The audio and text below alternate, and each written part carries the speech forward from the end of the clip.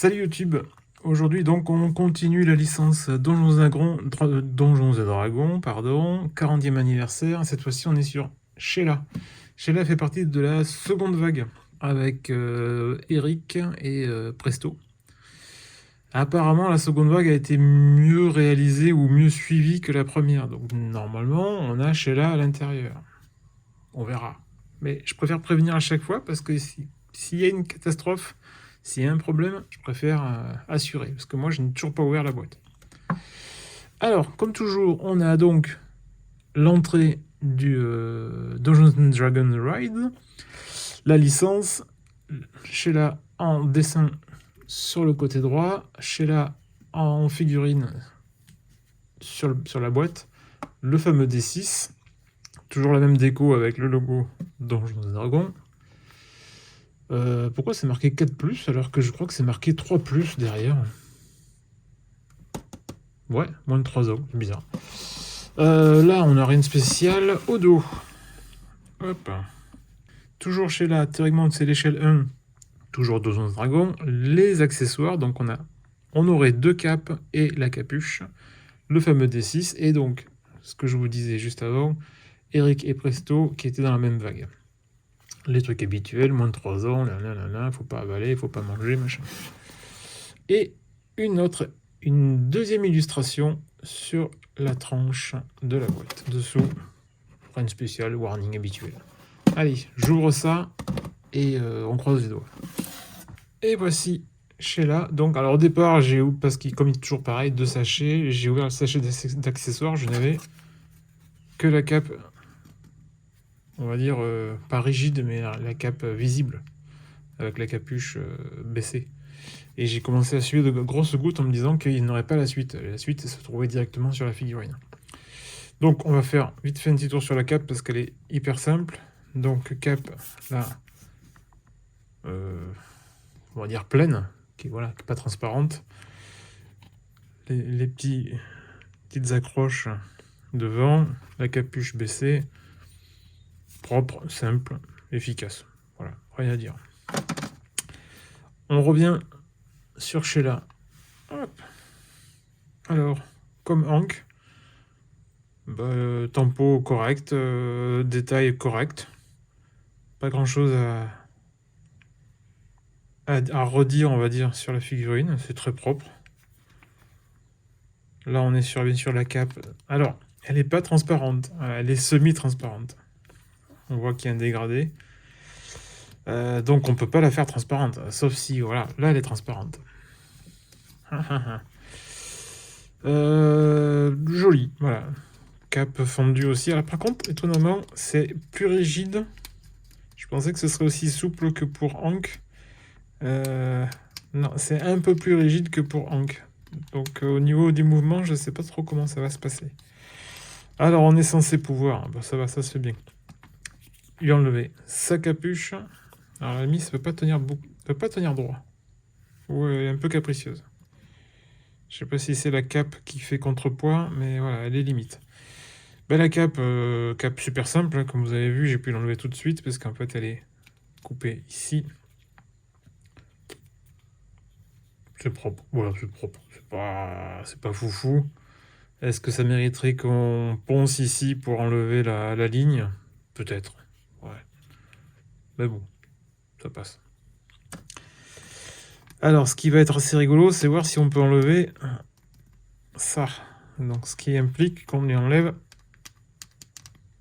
la tête. Et que j'ai pas envie de casser.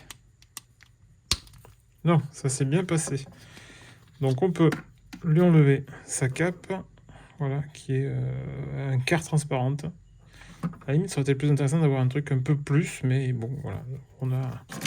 Je vous remets la cape full et la cape avec l'effet.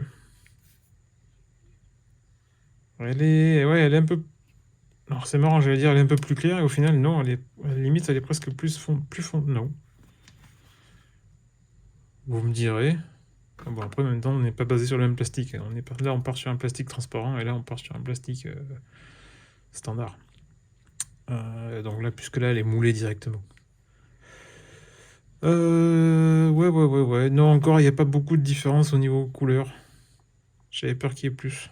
Ça va, ça passe. On revient sur Sheila.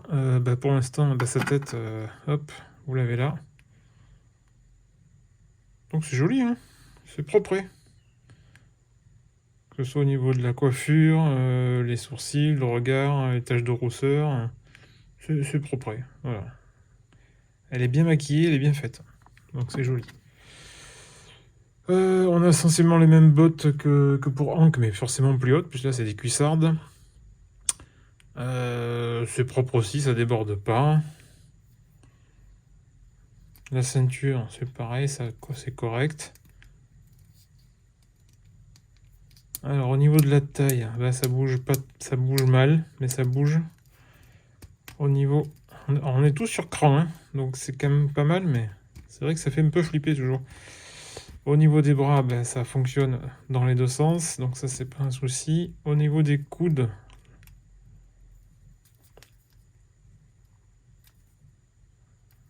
ouais, j'ai peur, chef. Hein. J'ai très peur. Je tiens bien parce que j'ai pas envie de plier trop fort, mais elle arrive à plier. Au niveau des genoux, j'ai peur, chef, j'ai peur. Ça marche, hein, mais c'est vrai que franchement, j'y vais doucement, hein, parce que j'ai pas confiance. Mais ça fonctionne. Pareil, c'est sur le cran, mais c'est sur des gros crans, donc c'est quand même flippant, quoi. Et au niveau de la cheville, il va falloir la faire aussi un petit peu. Parce qu'elle se... Il y a un cran, toujours pareil. Et on a la même chose, ça marche dans les deux sens. Mais ouais, j'ai pas super confiance. Je pense qu'elle ira prendre aussi un petit bain d'eau chaude. Quoique je vous dirais que maintenant que c'est fait, ça marche bien. Donc je pense qu'il faut les faire. Mais c'est flippant quand même. Hein, tu t'achètes des figurines, c'est pas pour les casser dans les doigts, quoi.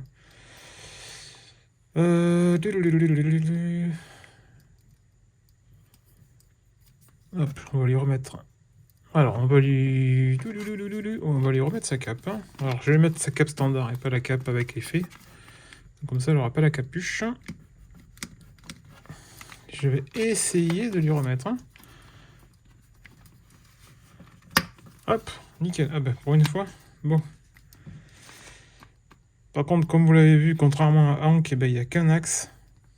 Enfin, il n'y a qu'un endroit pour pivoter la tête. Donc celle-là, elle ne bougera pas. Alors, bien sûr, du fait de la coupe, elle ne peut pas trop regarder en haut. Par contre, elle peut regarder un petit peu en bas. Donc ça va. C'est correct. Donc, ma foi, c'est correct. Voilà. C'est pas des figurines qui vont changer la face du monde. Hein, de toute façon. Hein. Mais c'est joliment fait. Voilà. Ce que j'aimerais bien, c'est qu'elle puisse se poser un petit peu quand même. Voilà, merci. Ça passe. Voilà, ça passe. Et en termes d'échelle, on va chercher Hank. Hop, on va les mettre côte à côte. Voilà. Donc on voit qu'il y a aussi un rapport d'échelle quand même qui est respecté, puisque Hank est quand même plus grand, puisque c'est, je crois, le plus âgé du groupe. Il me semble, je ne vais pas dire de bêtises, vous me corrigerez éventuellement dans les commentaires si je dis une bêtise. Mais ouais, c'est bien, c'est correct, c'est cool. Donc pour l'instant, jusque-là, on en est donc à la deuxième. Pour l'instant, tout va bien. La prochaine, je ne sais pas, on va voir, je crois que c'est Eric. On regardera ça ensemble. Voilà, voilà. Donc c'était mon tour le plus complet et le plus rapide sur Sheila de la licence Dungeons & Dragons 40e anniversaire. A plus, ciao ciao.